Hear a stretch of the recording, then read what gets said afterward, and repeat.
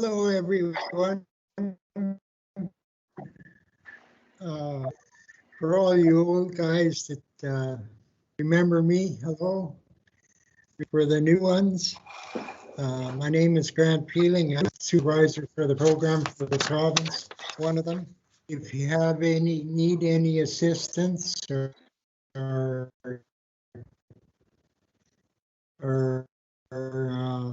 have on your rounds, give me or at Mountain Truck. My phone number is 631-7141. Claudette's is 269-7069. For your new ones, we will come out and give you, start you out on your rounds to make sure you got the papers filled out right and etc. There's no charge for that, so we do it. An outline of the webinar. That's just telling you. The outline of the webinar, what will be discussed is environment contamination from pesticides and baits, waste, pesticides. Hi. We can't see the presentation. No. Sorry. Nope, can't see it. Sorry, Grant. I'm just gonna sneak in here. We got the professional working on it now. Okay, thank you.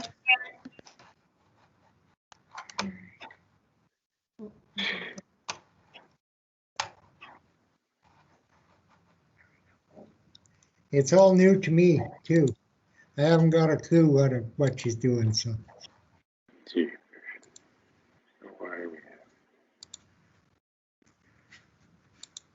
have? Something going wrong? They can't see the presentation, so I'm gonna first of all mute all. Colette, you have a question? Yes, I was just going to correct my phone number. It's 269-7067. I believe Grant said it was 7069. I just wanted to clarify that. 7067.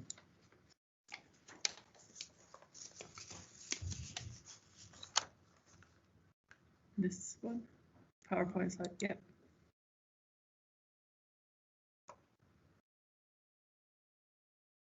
That's much better.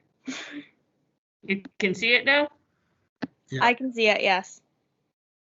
It's up on the TV, but it's not on the, Okay, do you need to no. see? Okay, so just don't worry about watching that, just watch that. Yeah, And- Carl here, we can see it now.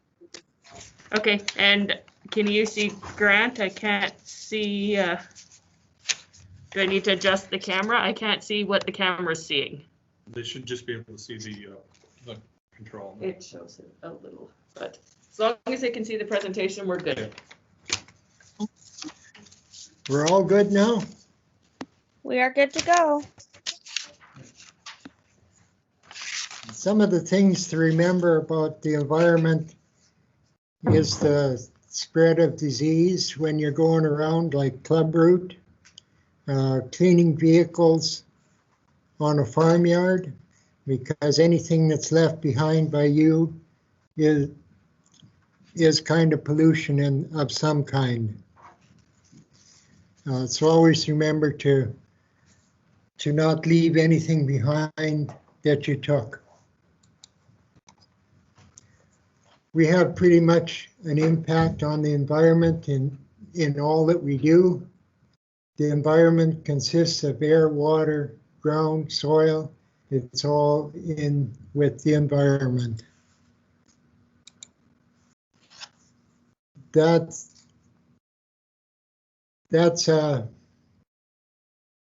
garbage dump that if you don't know what to do with it, the best option is give Colette or me a call, and we'll come out and help you with it. When you're using a pesticide, things to think about are we going to contaminate the groundwater? Is there going to be air pollution from what we're doing? Yeah. Is it going to pollute a feed source by putting loose bait in a bale stack?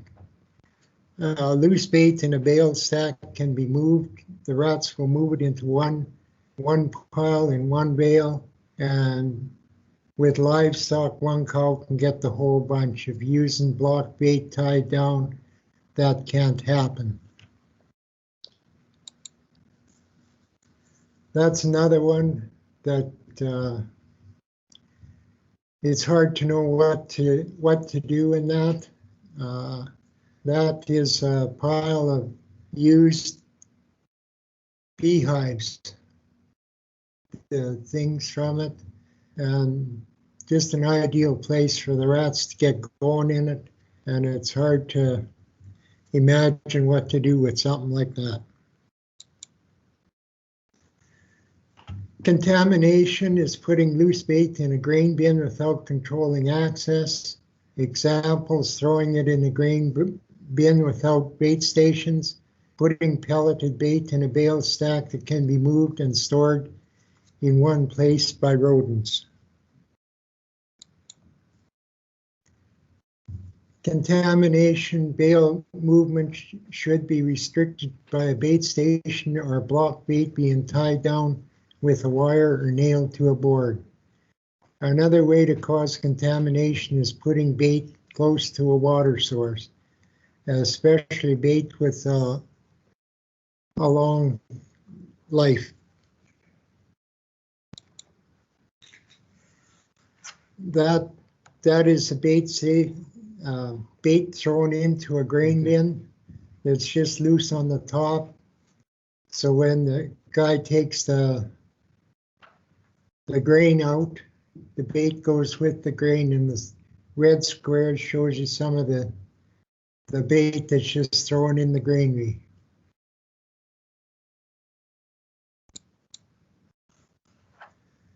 The ways pesticides move: a pesticide in a bait can be absorbed by the ground around the bait. Runoff water can pollute surface bodies of water and run into wells. This is called leaching, when pesticides move sideways, up or down in the soil. A way to get around that is always putting bait on tin pie plates, using block bait, because block baits, the pesticide won't get absorbed into the water as such.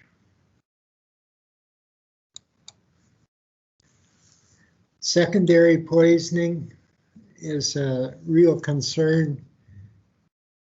Always try to minimize secondary poisoning. When a non-target animal or bird dies from eating a dead rodent, it can be poisoned.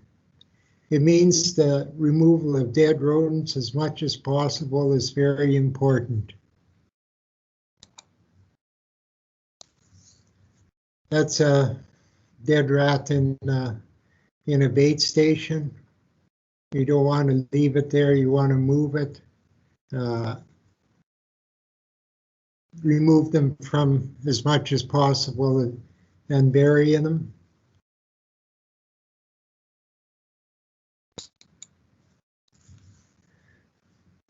When using a pesticide, always read the label to make sure you know what the pesticide is registered for and what rate the application is.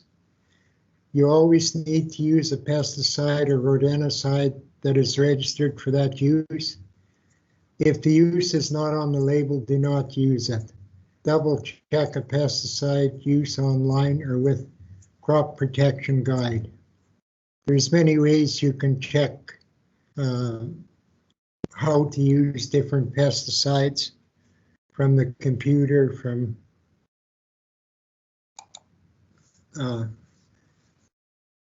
other sources. And if you can't find that, then phone call after me. And if you make the question easy, we might answer it. That's a pesticide label that was covered last week. So I won't get too much on that because it was covered already.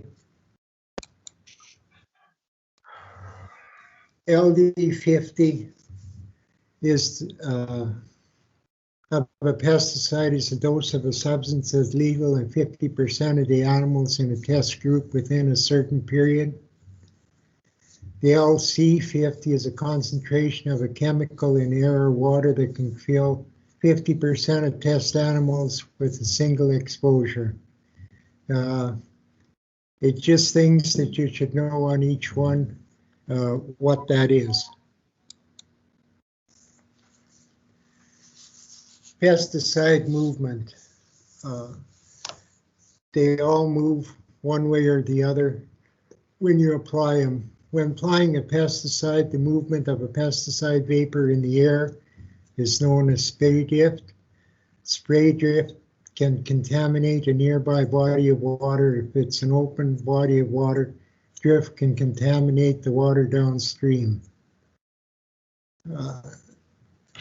So always keep these things in the back of your mind when you're going around with what you're doing. When applying a pesticide, it's important to know the half-life of a pesticide. A long half-life will have a residual effect when applied.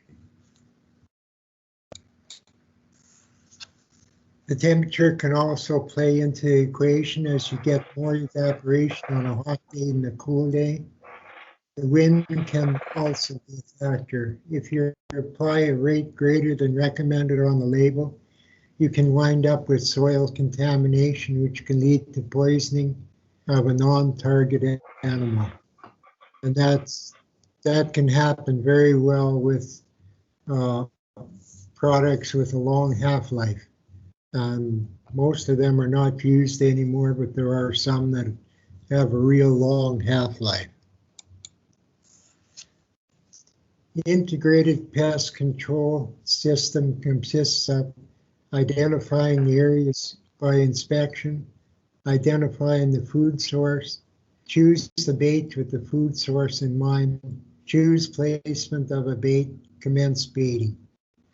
And that's the steps to go through when you're out on your rounds, to identify the problem by inspection and where it is.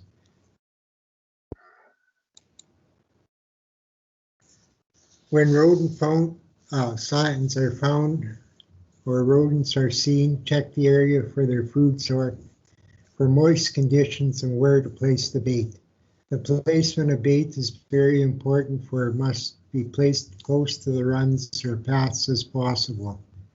I've seen landfills baited along the fence and nothing placed in the garbage where the activity is. I also got a call to a place that was overrun with rats. It was the granary where the rats were behind the granary and pile of old posts, and the bait was in front of the granary and they were getting no activity. So watch out where you place the bait. Make sure you place it close to where the rats are. And the complaint come that the bait was no good, but the bait was in front of the granary and rats were under a pile of posts and junk behind the bin. Therefore, place the bait where the rats are. A common active ingredient in rodenticides are classed as first or second generation bait, with second generation only needing one feeding to kill rodents in 3 to 7 days. Grant, I have a question. Are you talking about anticoagulants there, with first and second generation coagulants, or? Yeah. Okay, so the anticoagulant style baits. All right, thank you. Yeah, because pesticides cover everything, but we're kind of dealing with rodenticides, but the pesticide license covers, so you have to kind of deal with everything. My thought on it anyway. Yeah. Types of bait. Baits come in various forms and choices and must always be made.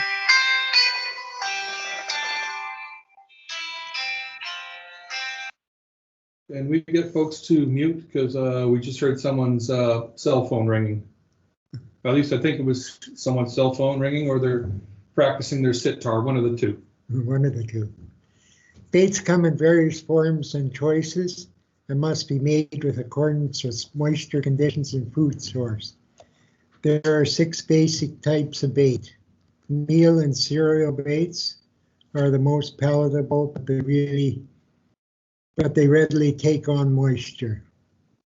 Pelleted baits are more weather resistant and tend to overcome some taste aversion associated with some active ingredients. But the rodents will carry pellets to a storage place for later use with regular food is gone. Another thing with pelleted baits is every dog and cat in the province is probably fed pelleted dog food. So the dog doesn't know the difference between dog food and pelleted baits. So you need to protect it with bait stations. Whole grain baits have a fair resistance to moisture and work well as they closely match food source. Paraffinized baits are ideal for high moisture areas. Some have a very high wax content and are not affected by water, so they remain palatable to rodents for a long time. However, they have a slower knockdown time, but they're unaffected by water, so they make them for baiting that's maybe if you want for a long period of time, it's the ones to use. Powdered bait have no resistance to moisture. Water baits can be very effective.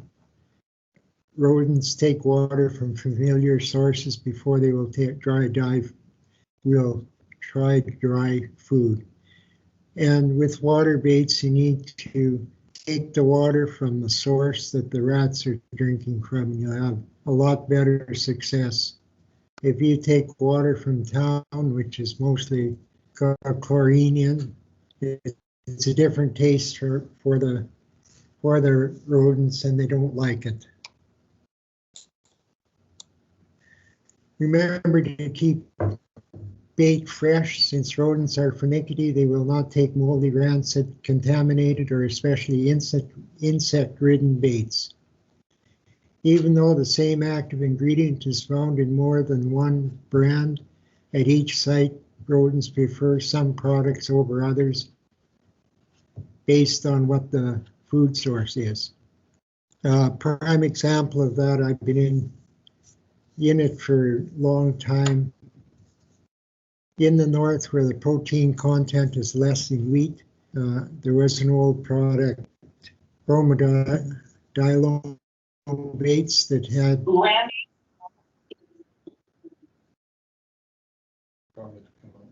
Just keep going. and they took it was corn-based bait, corn fines in it, and it went way better, worked way better than it did in the south with the high protein wheat. It didn't go near as good. That's just one example of each site has different tastes, so try different things. An ideal rodenticide should have the following properties. The stuff has to work. Many products have a problem with taste, and no one product is best at each site. It should be selective to each rodent, for it gives a margin of safety. The formulation needs to be less attractive to non-target animals. Grain-based baits are not very attractive to dogs and cats. On the other hand, pelleted baits are like pet food. The pellets are easily carried to unprotected places by rodents. The product should be low hazard to non-target animals.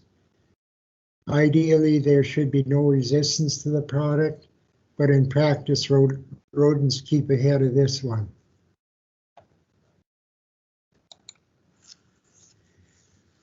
Painless action is an ideal property that we're looking for in rodenticides. The ideal rodenticide needs to have a quick breakdown because rodents are at the top of the food chain.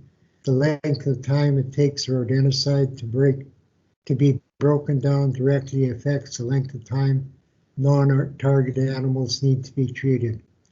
For example, warfarin 7 to 10 days, chlorphacinone, diphacinone, bromidolone 30 days, rotificone minimum 30 days, but it can be 100 days with rotificone.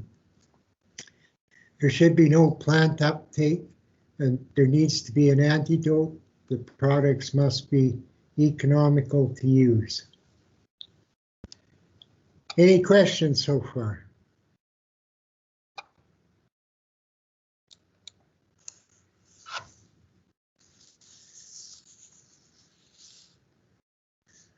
Door hangers are used to identify a PCO that they're there.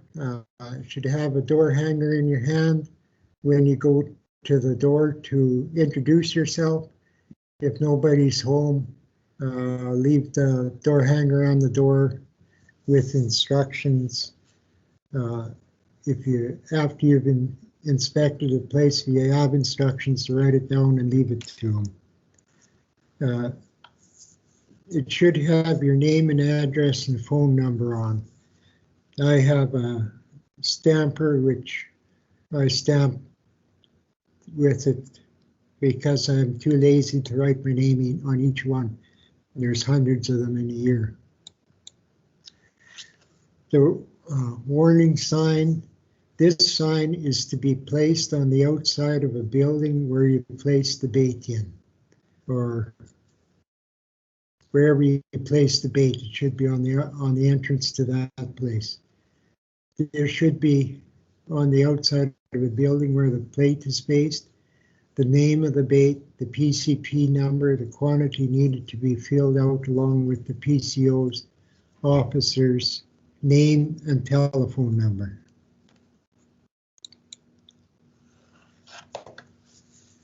That's a warning sign, and they're self-sticking, so now you have to staple them on. You can't get them anymore, but you still need to put them on the outside of the grain bin, barn, building, whatever, showing what you use, the quantity, your name, the number, and the inspection date. Rat infestation report. You need the RM name and number plus date, land location, and you only need to put the homeowner's where he lives home quarter on it. Where once you've done that, then you check the check mark all lands owned or operated by him, the type of operation, type of contact, and if you cannot get the owner to sign, the reeve or administrator can sign it. There's the RM name and number, and there's land location, the top one, where he lives, and then all lands operated. Too small, I can't even read it. By the occupant, the check mark there, and when he signs it, that's for all. So if you run into rats 5 miles down the road that is his land, you can do it while you're there. Type of operation, agricultural, residential, industrial, whatever it is, and type of contact. And then at the bottom, you can put your the name and what you used and fill it out for him. Inspection report. This one is this gives the information required for the grant. The main information we need on the grant is the number of vacant and occupied sites and the infestation index. Rat-free, you didn't see nothing. Infested, when you go mark down infested, make sure that you seen rats or fresh signs. Not maybe, if, could be. If you're not sure that there's rats, old signs, the likes, it's preventative baiting. We just want the real infestations to be marked down as number 1.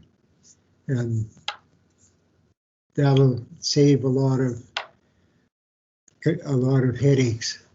We had RMs that come in at 85% infested, and that's pretty high, to say the least. This is the inspection report, the date. The name, it's not that important because any RM map that you're going by the time you get out of the office, there's names that are not right. Vacant or occupied, that needs to be downswing counted. And the land location, that numbers never change. And that's exact no matter where it is, where the names change all the time. Comments, if you got any to put in there. Infestation Index, that's the one we need. Whether rat-free, infested, preventative baiting. And remember, infested means that there's active signs of rats. You stepped on one, you seen one. There's fresh signs of gnawing. Things like that goes in there.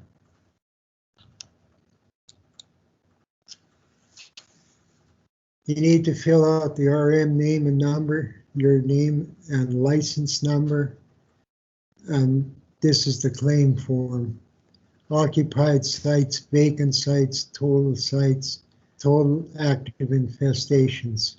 Only sites with fresh signs and sightings, not all sites baited. That we've had a lot of problems getting the right number of infestations. This is the claim form. The PCO, as a PCO, you need to fill out RM name and number, your name, your license number, occupied, vacant, total sites inspected, total active infestations, total of all inspections in 2020. And that's all that you sign out, that you sign. The 4 and 5 is for the administrators to sign out when you take it to them. But the top part, you need to fill out,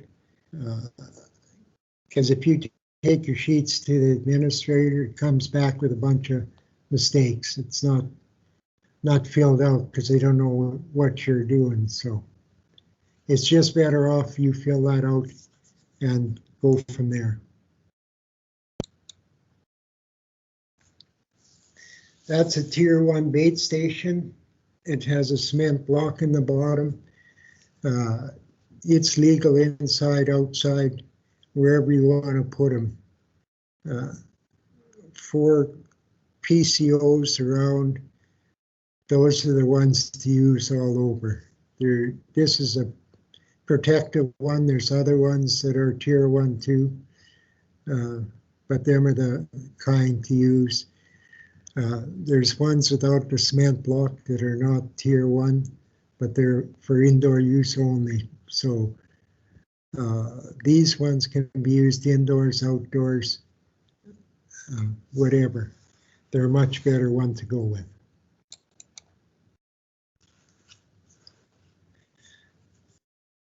That's a granny with rats.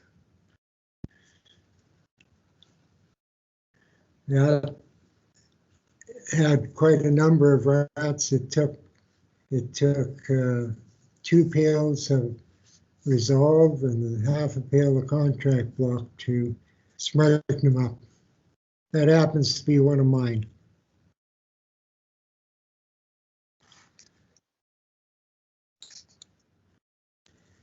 This is a way that one of the PCOs made a bait station for out in the back 40.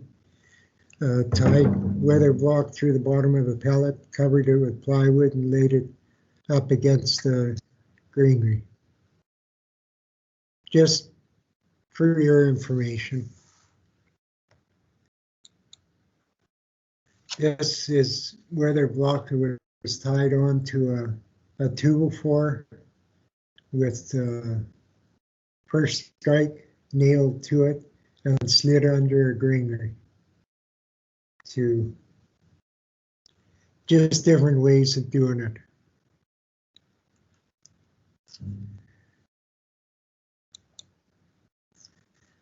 That's what I've got for a presentation. Yeah, questions? I don't know how. Nope. Just give us a sec, guys. I'll take control back from Grant.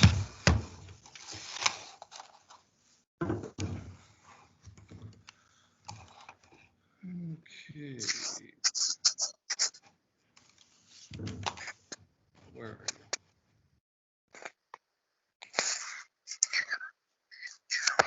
you?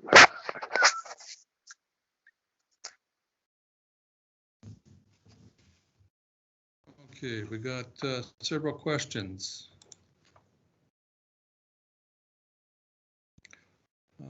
Colette, do you want to unmute yourself and ask a question? No, I just wanted to clarify my phone number earlier.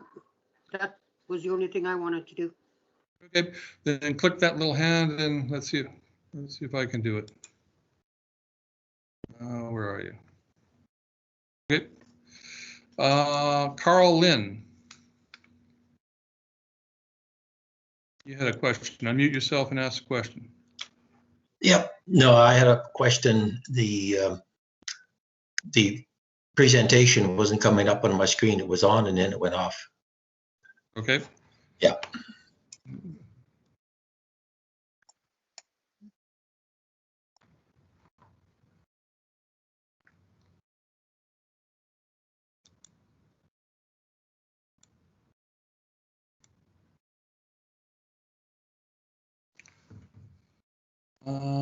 Marty Holland, you had a question. Yes, it's to do with door hangers. We're not allowed to go to the doors and knock on anybody's door with this COVID now. Like that's a form of contamination. Same as you cannot go touch anything in the yard without somebody telling you, you know, if you touch somebody's doorknob, good to go into the shed or barn or whatever, you're contaminating the farm, eh? So last year I hung no hangers on the doors. Just the RM sent out a memo to every farmer that I'm going to be in the yard and not go to the door. So is that the same this year, or do we have to knock on the doors and we'll be upsetting a lot of people? Thank you. Want me to field that one? Go ahead. Well, if you, yeah, that is an RM policy. That's not something that we would tell you to do. So that if your boss is telling you that this is the way they want to do it, yeah, this is the way they should do it. The one thing I would question or counsel is if you go into a yard and you do your business, you know, do you leave that warning sign posted or no? No, you know, not okay, leave anything in there. You put your truck sideways right to the road and where they can see it from the house and the road if they come in the driveway. Okay. Contact them. And if there's a problem, you phone them. That's all. Because if you leave anything in the yard it's a form of, and actually it's provincially, and you're not allowed to leave anything in the yard. Under the COVID Act, you can't, not supposed to contaminate people. Okay, so you don't do any baiting at all in this particular situation? I do. I phone Okay. the farmer, and then we meet, and make a plan. Okay. That'll work. But I do not go near the house, or I will not go into their Quonset by opening the door, because that's another form of Yeah. contamination. Again, that's an RM decision. That's basically you have to do what your boss tells you, kind of thing. Okay. Carlin, do you still have a question, or did we answer it? I think you've answered things in the main, but I was just wondering about phone numbers, because I've asked the two RMs I work with for phone numbers of the individual farmers so that I can contact them. And I've asked for a list of them. And right now, I still don't have anything. When I talk to them personally, I will try and get phone numbers out of them. So I don't have a phone list of, the whole RM. And I'm just wondering what's happening with everyone else. Do you have lists that you can look at and be able to phone? Like, I don't know what's going on with others. In my RMs, I've never had a list of phone numbers, but anybody that I want to get a hold of, I can soon get their phone number from the phone book. I know who it is, and I've never had a problem that way. And I say, probably if the RM gives you a phone number, it's like land numbers, half of them are wrong.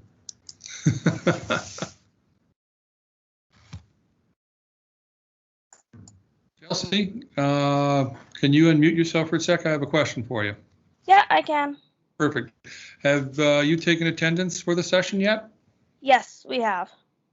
Perfect. I just wanted to make sure that was done. I want to make sure you guys get your CECs.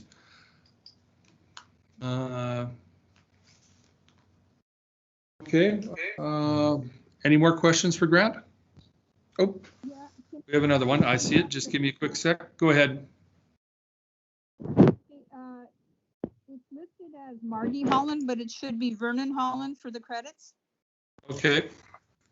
Okay, we'll get that changed. Thanks. Thank you.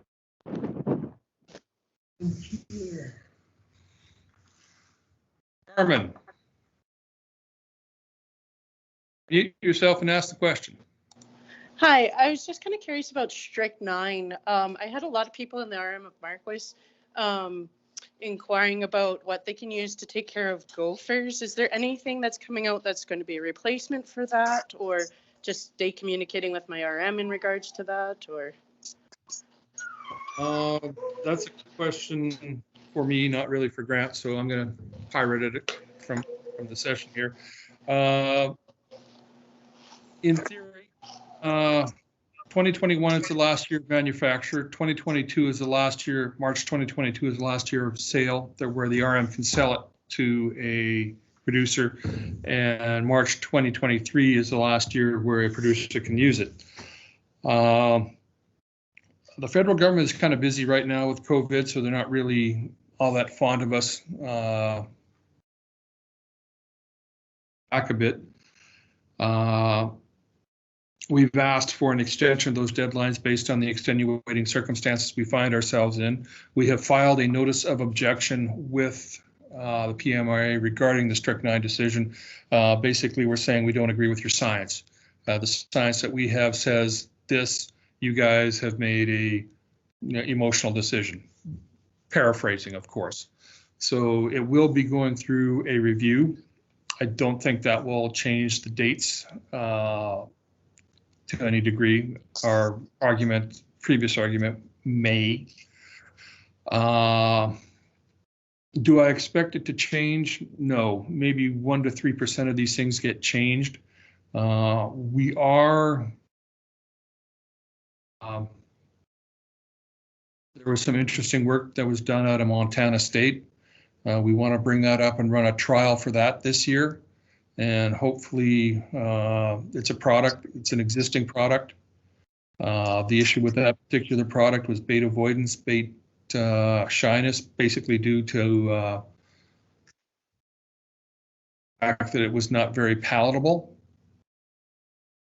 So we think the researcher down in Montana thinks they found a way to make the bait more palatable. So if we can get that up here, if we can prove it, if we can get it approved and get it rolling, we could have it for next year. It just depends. But for this year, we'll be running on strychnine, and we're going to try and find a suitable replacement. Failing that, it'll be something like Rosol that will have to be used. Perfect, thank you. Any more rep questions for Grant? I actually have one, or a couple. So our questions are the PCOs required to notify landowners that their land/yards are being inspected?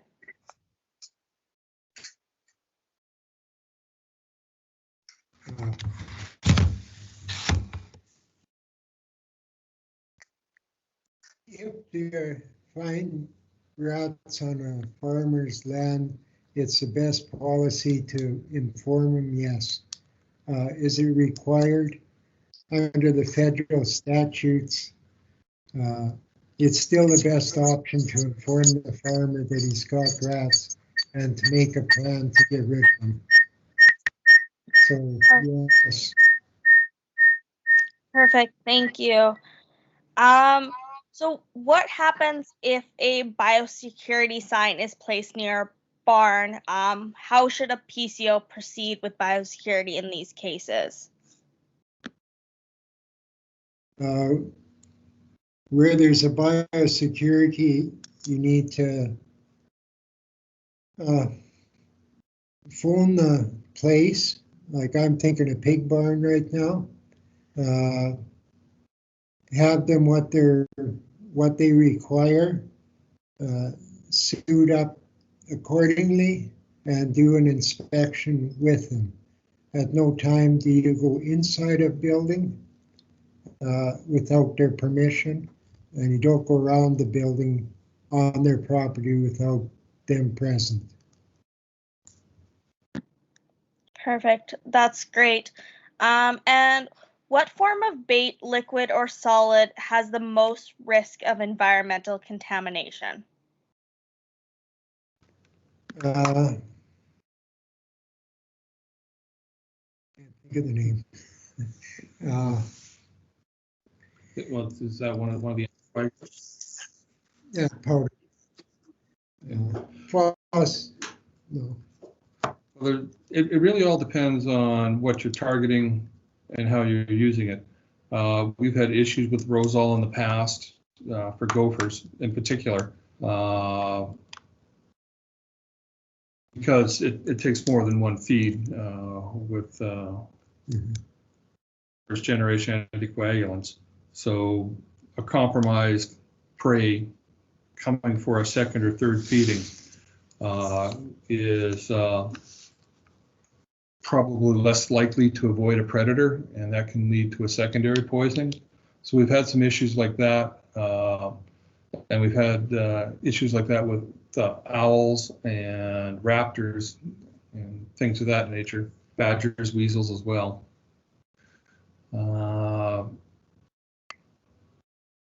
From my experience, it's been the anticoagulants. Grant was saying that the powders are also a pain. There was one that was registered years ago. Yeah. Powdered bait. Put out. I think the name That's great, thank you. used around flour mills and stuff. Yeah. Okay. Do we have any other questions? Hey, Okay. Hi, it's Joanne Haig. Attending here. But you were talking about the RMs. My RM had given me the authority to go ahead and contact the farmers, so I'm hoping that that was fine with them, and they continue to let me do that. That's still just an RM decision. That has nothing to do with us. Oh, okay, thank you. That's And correct. as attendance, somebody had said it had been taken. I came in late to the call, so don't know if I was checked off or not. We'll get you Chelsea. checked off. Sorry, what was that? We will get you checked off. Okay, thank you.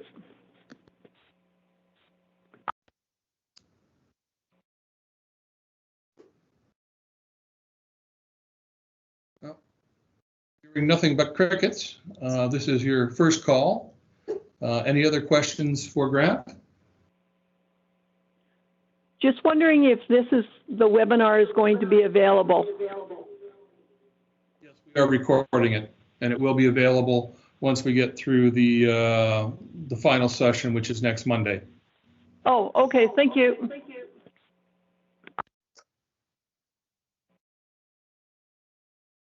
Okay. Second call. Any final questions for Grant?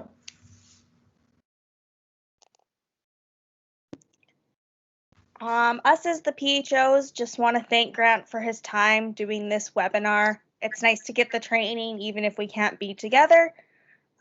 So we're just happy he's available to help out. Thanks, Grant, and Rich for running the webinar. Thanks. Yeah. I guess this is the last call. Any questions? Third and final? Hearing none, thank you, my friends. I thank you for your time and your attention and your patience today. I'm used to running smaller meetings, so this was new to me. So I think that we're going to sign off now. And if you have any questions, you can contact Grant directly, or you can contact your PHO. I would encourage you to contact them as opposed to me. They're smarter than me. So with that, we'll let you go. Thank you so very much, and we'll talk later. Thank you all. Take care.